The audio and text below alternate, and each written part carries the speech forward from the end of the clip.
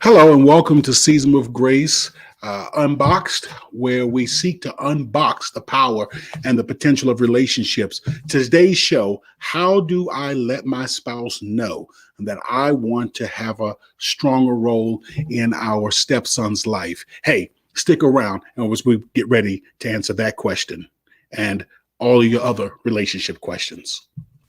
I'm Dr. Robert Davis, family life educator and relationship coach.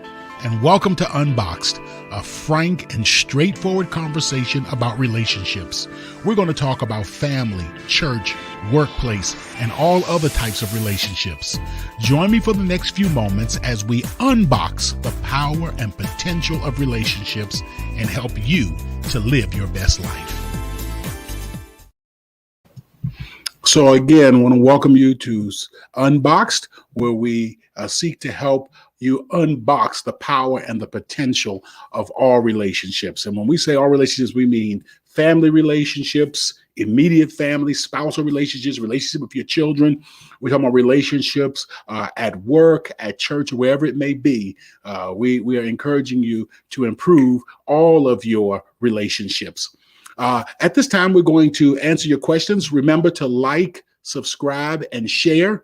Also, you see our email address here. Please be so kind as to, it's right here. Please be so kind as to share your questions with us. We'll try to answer them right here on air. You can email it to us at info@swg-unboxed.org. Or, of course, you can direct message. Please do not put this on the in the comment section, because I do miss so many of the comments that come in. But if you'll be so kind as to direct message or to send us an email, we'll do our best to answer your questions right here on this live stream. Also, if you want to make a tax-deductible donation to Season of Grace Unboxed, the details are in the description below. That's the word I was looking for the other day. It's in the description below. All right, let's go ahead and get started here. We're going to look at a question. We got a question that comes in today from Janice from Baltimore, and she asked, how can I communicate to my husband that I feel I'm being neglected and unheard when it comes to my role and having input with my stepson?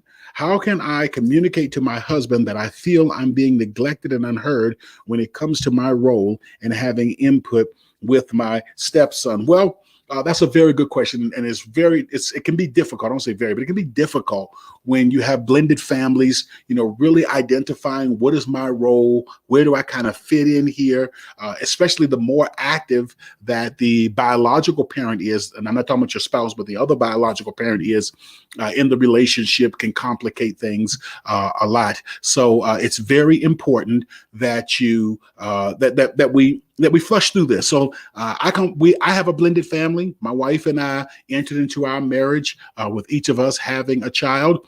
And then we had two additional children. So we really do understand the complexities of having a blended family. So let's just jump right into it. And the first thing I want to share with you is that you have to communicate your thoughts, your beliefs, and your feelings in a clear, well thought out manner. And I guess that's kind of like the duh factor. Who doesn't know that? You have to communicate your thoughts, your beliefs, your feelings in a clear and well thought out manner. And so I'm going to give you just a couple of pointers real quick here that will help in that process. And the first one is to figure out what it is that you want from your husband. You say you want to have a role with your stepson or have a larger part in your stepson's life. That's very generic. And I know that you had to make it generic for the purpose of the question. I appreciate that. But while you're speaking to your husband, Janice, I don't want you to make the question as generic as you made it with me. Be very specific. And so that means that you need to begin to think through, what is it exactly that I want? And because everyone has a different definition, literally everyone has a different definition of what involvement means. So, for instance, a father says, I'm involved in the life of my child, and he sees his child once a month for 3 hours. Well, I guess technically he is involved in the life of his child. Another father says, I'm involved in the life of my child, and he sees his child every day, spends time with his children every day, etc. So for everyone, the definition of involvement is going to be a little different. So what I'd like for you to do is I want you to, first of all, get clear in your mind, before you start even thinking about talking to your husband, get clear in your mind what it is that you are talking about. And I've noticed something, and this is just a reality, and that is when we are emotional, we have a difficult time explaining what we want from the other person. So the more emotional we are, the more difficult it is to explain exactly what we want. So I want to help you right now to move into a thinking space so that you can, so you can clearly articulate what you mean, not to have it ambiguous or up for interpretation, but so that you can say, hey, this is exactly what I want. I remember my daughter, she's now 24 years old, but when she was about 2.5, maybe 3, I was speaking in Houston, and we passed by this shop, and it had an escalator. She wanted to ride the escalator, and she started throwing a hissy fit. And this was so unlike her. I must admit, none of my children were the type that would fall out in the store or, would put on a big show. So I knew something had to be going on here. And she could not explain to me what it was that she wanted. And so finally, she grabs my hand and walks me over to the escalator. And we ride up the escalator, down the escalator, up the escalator, down. She just loved riding on escalators.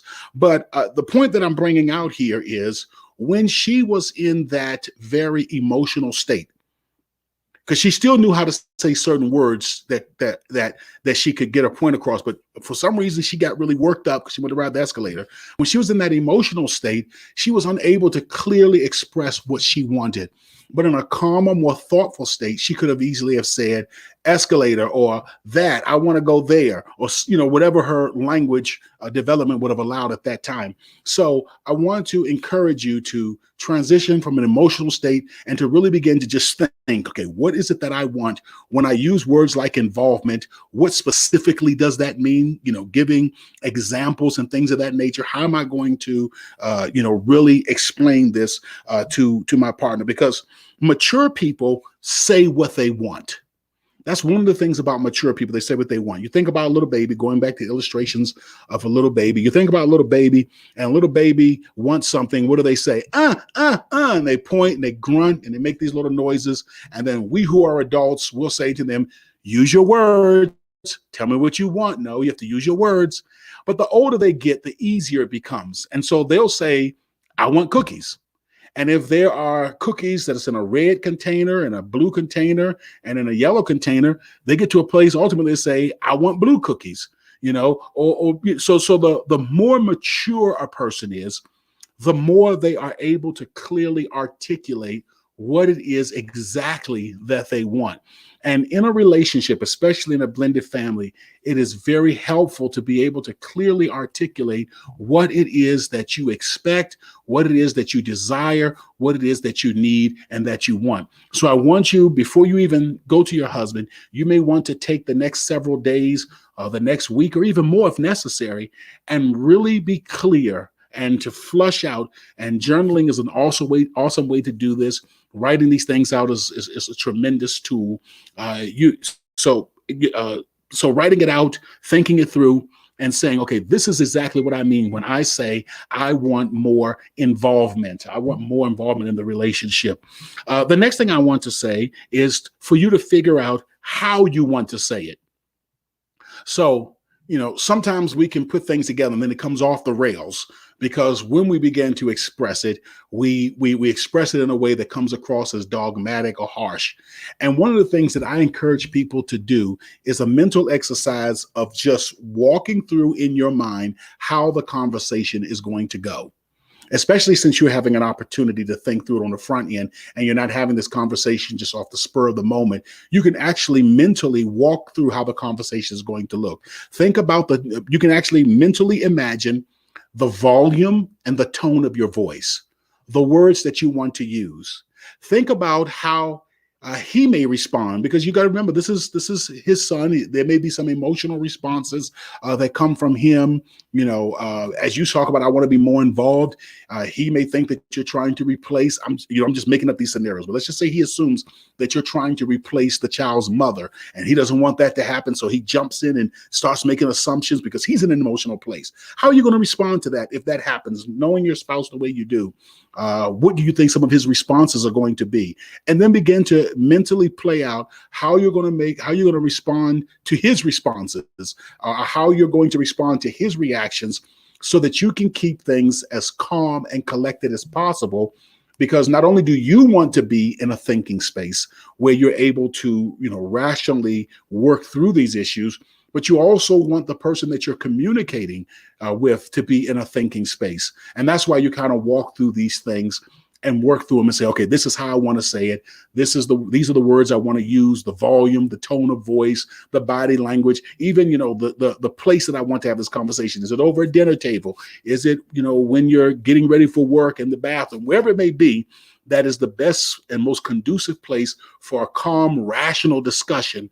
Think through how that looks. And then I want to end by how I started it. And that is just do it.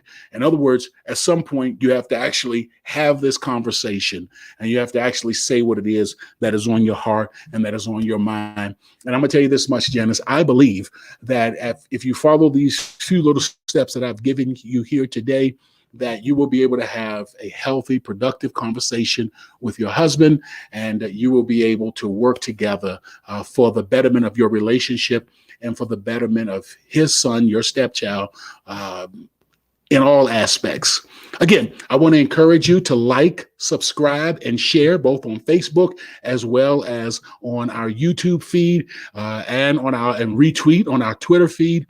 And then I also want you to, I also want to encourage you to support with a tax-deductible contribution. All of that information is in the description below, and send us your questions via email. Send us your questions through direct messaging here on Facebook, or direct messaging on any other platform that we're on. We look forward to answering your questions here live, or questions that you may have about other individuals, whatever it may be. We're here to answer your questions, because we truly believe that here at Unboxed that you can have the power to unbox all of the potential of healthy relationships. Until the next time, have a wonderful day, and you make sure you take care. Seasoned with Grace, Unboxed also provides healthy relationship training and leadership development for businesses, churches, and community organizations. For a free consultation to discuss your team's needs, please contact us at our website at swg-unboxed.org. That's swg-unboxed.org.